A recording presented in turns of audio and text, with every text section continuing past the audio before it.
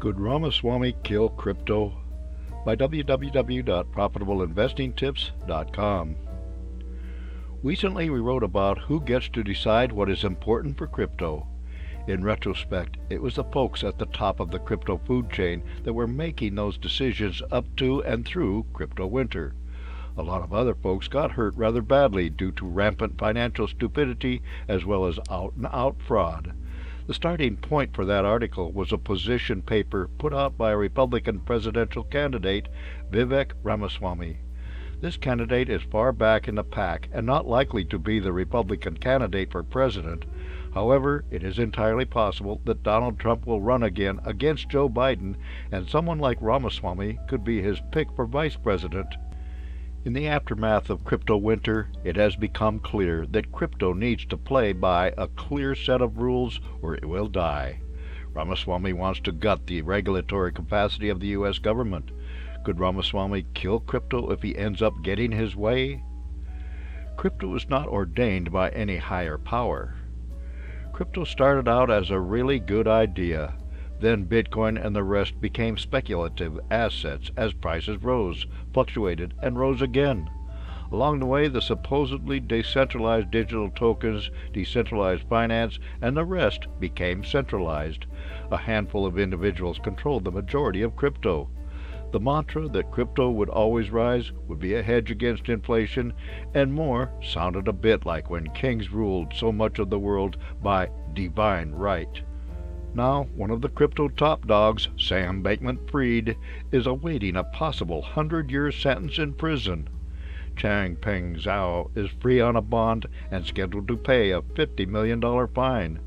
It turned out that crypto was just another financial asset or tool that needed to play by the rules to avoid making a handful rich at the expense of the rest of us. It was certainly not something ordained by a higher power.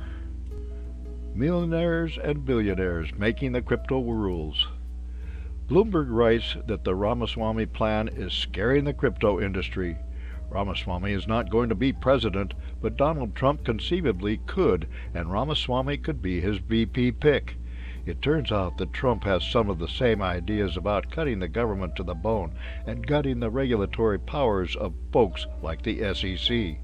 If that should happen, we would have a billionaire and an almost billionaire making the rules for the rest of us. When we think about how that turned out last time around, it should be a caution to all.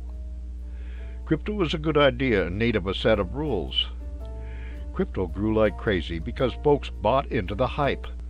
When it turned out that the hype was a lie, a lot of folks left crypto and will never come back. Those who stayed have realized that serious investors will not touch crypto unless it has the sort of guardrails that one finds in other investment products. The stock exchange, stockbrokers, mutual funds, insurance companies, and banks all handle people's money. These folks have all had their problems, and in each case, regulations were developed to fix them. Part of what has helped Bitcoin make a partial comeback has been the heavy hand of regulators.